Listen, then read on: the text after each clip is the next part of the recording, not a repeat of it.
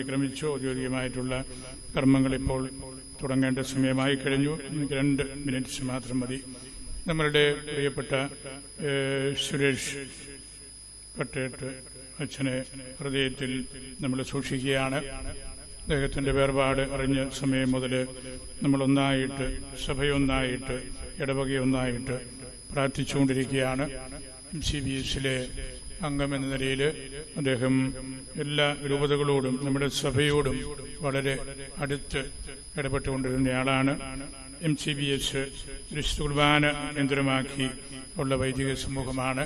നമ്മളുടെ സോണോർബ സഭയിലെ ഏറ്റവും പ്രധാനപ്പെട്ട ഒരു കോൺഗ്രിഗേഷനാണ് MCBS. കുർബാന അവർക്ക് ജീവനാണ്. കുർബാനയുടെ അർപ്പണം, കുർബാനയുടെ ആരാധന, കുർബാനയുടെ ദൈവശാസ്ത്രം എല്ലാം ആഴത്തിൽ പഠിച്ച് നമ്മുടെ സഭയെയും വളർത്തിക്കൊണ്ടിരിക്കുന്ന വലിയൊരു കോൺഗ്രിഗേഷനാണ് MCBS.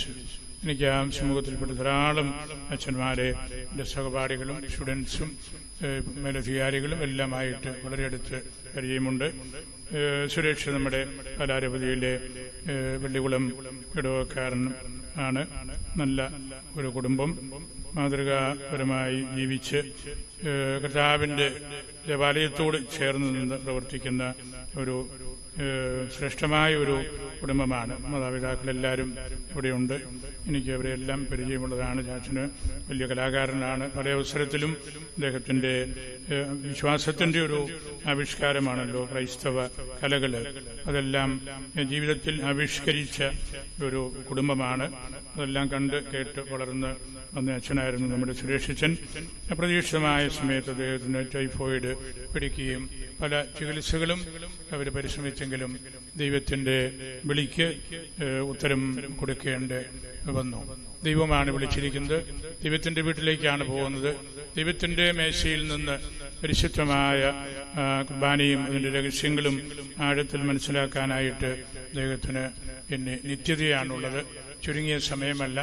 അതുകൊണ്ട് എന്നും എല്ലാ കാലത്തും ദൈവത്തെ സ്തുതിക്കാനുള്ള വിശുദ്ധ കുർബാന തന്നെയായിട്ട് അദ്ദേഹത്തിന് ഈശോയുടെ മേശയിലിരിക്കാം. ദേവാലയത്തിൽ നിന്ന് അദ്ദേഹത്തിന്റെ ഭൗതിക ശരീരം എടുക്കുമ്പോൾ നമ്മൾ വൈദികര് എടുത്ത് കുരിശ് വരയ്ക്കുന്നത് പോലെയാണല്ലോ. വിശുദ്ധ കുർബാനയ്ക്കുള്ളിൽ കുരിശുണ്ട്, സ്ലീവായുണ്ട് എന്ന് തോമസ് അക്വീനാസിനെ പോലെയുള്ളവർ പറഞ്ഞിരിക്കുന്നതിന്റെ അർത്ഥം അതാണ്. ഒരു പുരോഹിതന്റെ ഉള്ളിലും സ്ലീവായാണ്. അദ്ദേഹം മരിക്കുമ്പോൾ നമ്മൾ ആദ്യം മദ്ബഹായിൽ മുട്ടിക്കുന്നു, പിന്നെ ഇടത്തും വലത്തും ആനവാദക്കിലും നമ്മൾ ആ ഭൗതിക ശരീരം കൊണ്ട് പള്ളിക്കകത്ത് കുരിശ് വരയ്ക്കുകയാണ്. വിശുദ്ധ കുർബാന എന്താണോ, ഈശോയുടെ സ്ലീവ എന്താണോ, അതാണ് ഒരു പുരോഹിതനും അതായിരുന്നു എന്ന് വൈദികര് തന്നെ അദ്ദേഹത്തെ എടുത്ത് സ്ലീവ രൂപത്തിൽ പ്രദക്ഷിണം നടത്തി പിന്നെ വീട്ടുകാർക്ക് വിട്ടുകൊടുക്കുകയാണ്. അങ്ങനെ ഞാൻ എൻ്റെ വാക്കുകൾ ഉപസംഹരിക്കട്ടെ. അച്ഛൻ നമുക്ക് ഭൗതികമായ ചിന്തയിൽ നോക്കിയാൽ നഷ്ടമാണ്, വേദനയാണ്. എല്ലാ വേദനകളും അർത്ഥം നമ്മൾ കണ്ടെത്തുന്നത് ഈശോയിലാണ്. ഈശോ പിന്നീട് ഒരിക്കലും നമ്മളെ ഇന്ന കാരണം കൊണ്ടാണ് ഇന്ന മരണം, ഇന്ന വേദന വന്നതെന്ന് ആരോടും പറയാറില്ല.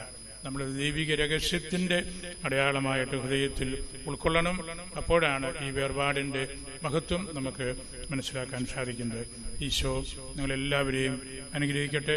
പരിശുദ്ധ അൽഫോൻസാമയും ശവറപുണ്യവാനും അച്ഛന് വേണ്ടി പ്രാർത്ഥിക്കട്ടെ, കുടുംബാംഗങ്ങൾക്ക് വേണ്ടി പ്രാർത്ഥിക്കട്ടെ എന്ന് ആശംസിച്ച് എന്റെ വാക്കുകൾ ഉപസംഹരിക്കും.